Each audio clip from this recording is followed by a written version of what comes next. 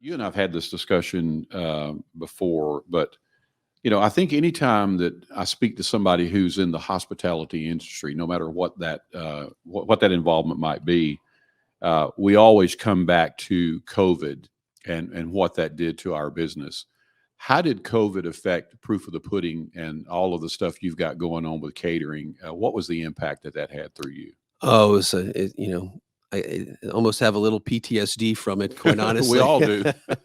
When I go back to March of 2020, it was a booming time. We had a great forecast at all our different business operations, looking great outlook on the year, and it all came to a just an abrupt halt, as all of our industry did. Immediately, almost. It just we were doing the Players Championship down in Ponte Vedra, and we had 18 tractor trailer loads full of food, and we got called into a meeting, and we were told we're gonna go without fans, and then a day later we were told we're gonna go without players. Yeah. And that night I saw the NBA cancel their season, and just I'll never forget the next 24 hours of literally speaking with all of our partners.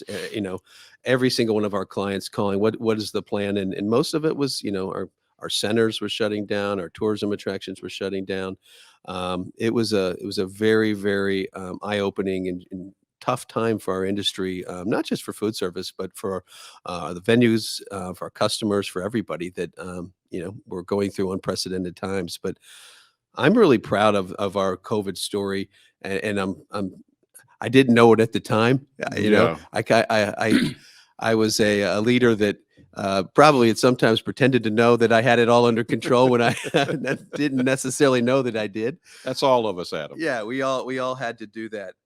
But we we were very blessed. We looked at all kinds of different opportunities that we never really had thought of before. Even here in Gwinnett, we partnered with Cisco. We did a thing called Pop Up Shop Up, where we literally this was the times where people couldn't get paper towels and meat and things, soap in the grocery store. So we literally would bring our Cisco truck to a convention center like here in the Gas South District and open it up to our clientele, and we'd have people coming through, and we'd put food in their trunks, and Yeah. just to keep people working. These were not huge revenue streams, but they're ways to keep our folks working and try to generate some revenue in a time where there really was little.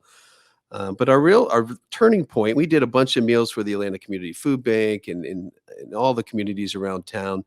But the big game changing moment for us in COVID was we got a call to go when Grady was overflowing to the Georgia World Congress Center. We got a call to go do the food service Yep, at the I remember Georgia World that. Congress Yep. Center, and a company called PAE was the government contractor, and it was 24/7 feeding the doctors, nurses, and patients 4 meals a day, and it was consistent. And we were there for a month or so, and we got another phone call from that same government contractor that said, "Hey, can you guys be in Chinle, Arizona in 24 hours?" And I'll never forget looking at Ben, my business partner. We're both like, "Where's Chinle, Arizona?"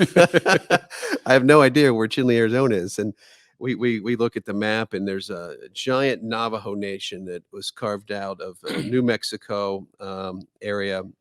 And we went out there, and they said, "Can you guys stand up 7 COVID hospitals in partnership with this government contractor in the next 2 weeks?" And they would take over a limited service 300-room hotel. They'd turn it into a hospital. We'd bolt on a kitchen onto the back of it, and we'd do the food service. And we were ultimately running those 7, 8, 9 at some time hospitals for about 9 months. And it changed. It changed our ability to navigate COVID in a good way. We were able to give back and help the cause at the time, but most importantly, we're able to keep our employees working. Absolutely. It wasn't the work that everybody set out to do at the beginning of the year, but it was the work that we found. And I don't take any credit for that. I give all the credit for our team members that were kind of running into the fire. This was before a vaccine or anything like that, and they went and did the work, and I'm proud for them for that time frame for sure.